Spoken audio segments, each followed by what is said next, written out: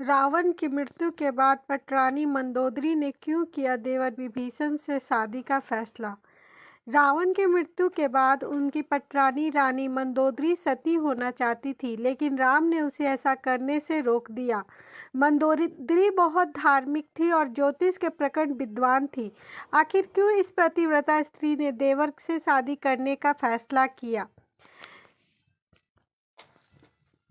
दशहरा खत्म हो चुका है। देश में जगह जगह रावण दहन हो गया। युद्ध में रावण की मृत्यु के साथ ही जब राम की जीत होती है तो उस दिन ही हिंदू धर्म में जीत की इस खुशी दशहरा त्यौहार के जरिए जाहिर किया जाता है।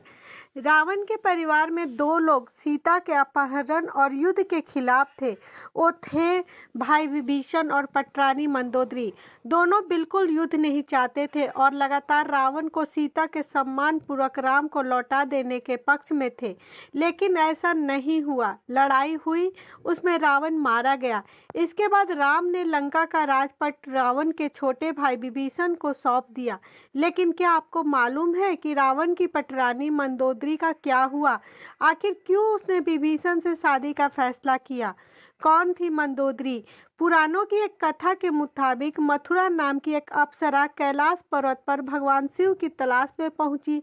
तलाशते हुए जब वह भगवान शिव के पास पहुंची तो उसने वहां पार्वती को न देखकर शिव को रिझाने का प्रयास शुरू कर दिया। जब कुछ समय बाद वहां पार्वती पहुंची तो उन्होंने मथुरा के शरीर पर शिव के भस्म देखी और फिर वह क्रोधित हो गई।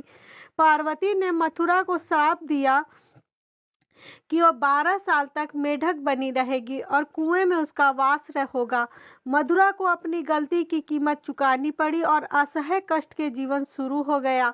इस तरह मथुरा मंदोदरी बनी। जिस समय से सारी घटनाएं घट रही थी उसी समय कैलाश पर असुर राजा मायासुर अपनी पत्नी के साथ तपस्या कर रहे थे।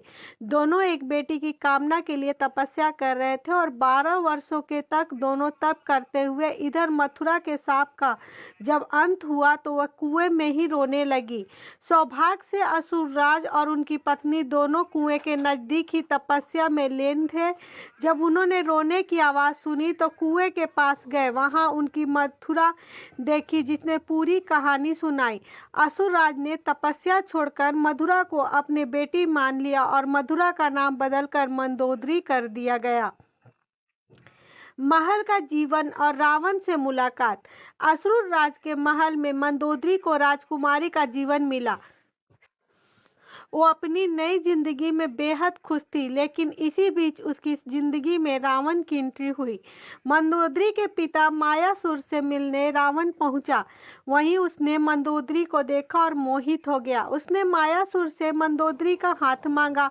मायासुर ने प्रस्ताव ठुकरा दिया और क्रोधित रावण मंदोदरी का अपहरण कर लिया।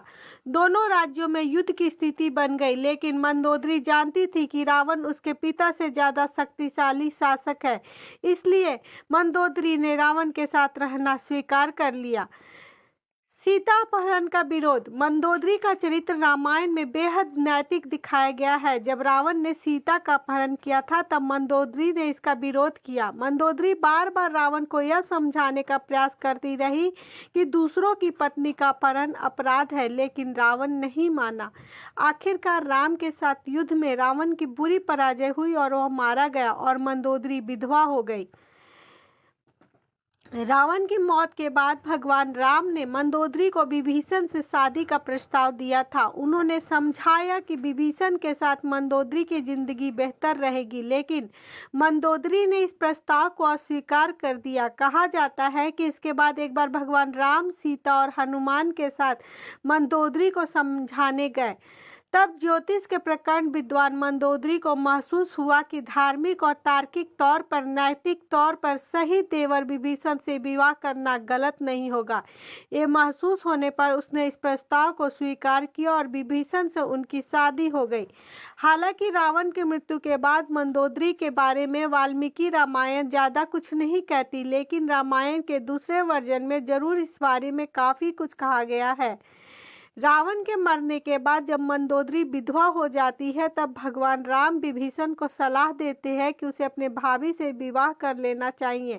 यह परंपरा उन दिनों मान्य थी, लेकिन विभीषण के पहले से कई रानियां थी और वह इसके लिए तैयार नहीं था। यह भी कहा जाता है कि अगर विभीषण ये शादी कर लेता तो उन्हें भाई की जगह लंका पर शासक का नैतिक अधिकार भी हासिल हो जाता।